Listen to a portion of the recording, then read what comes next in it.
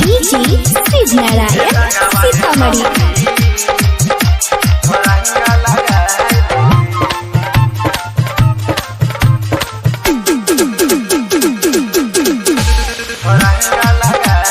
Angika recording studio Supaul Purnia Bihar.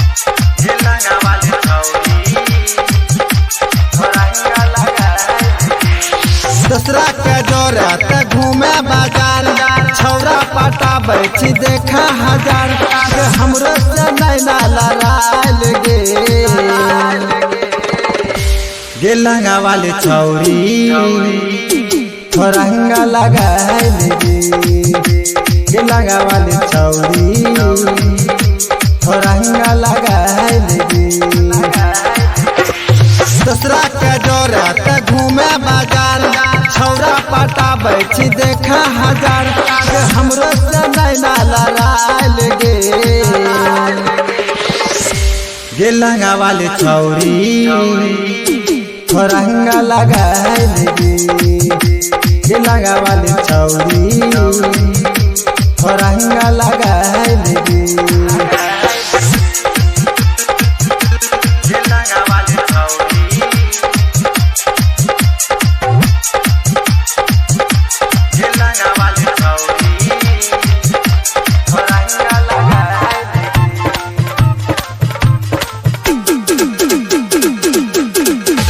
Shiv Narayan Sitamarhi.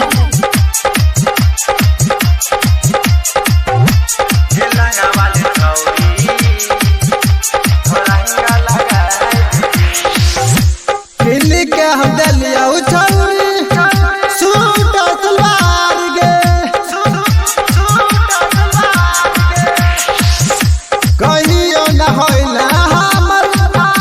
भइले बेकार गे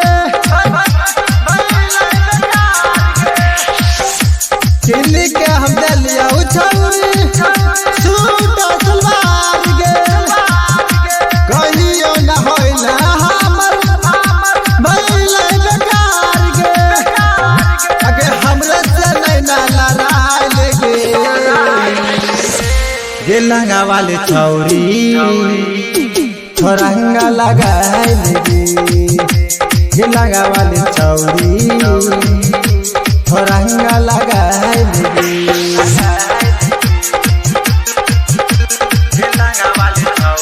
Angika recording studio Supaul Purnia Bihar.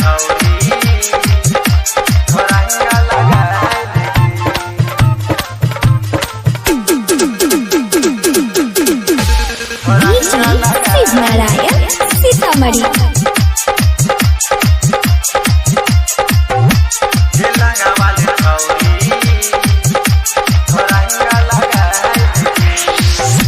Lalu writer के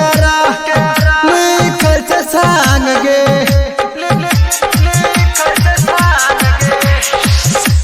मान परदेसी के चल रवान गे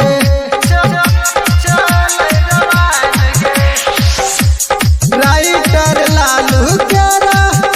लिखल से सांग गे मान परदेसी के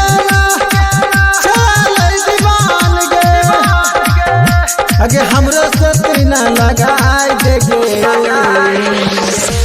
गे लंगा वाली छौरी थोरंगा लगाइल गे लंगा वाली छौरी थोरंगा लगाइल दूसरा के जोरा ते घूमे बाजार छौरा पाटा बैठी देखा हजार हमरो से नैना लड़ाइल गे लंगा वाली छौरी थोरंगा लगाइल गे लंगा वाली छौरी थोरंगा लगाइल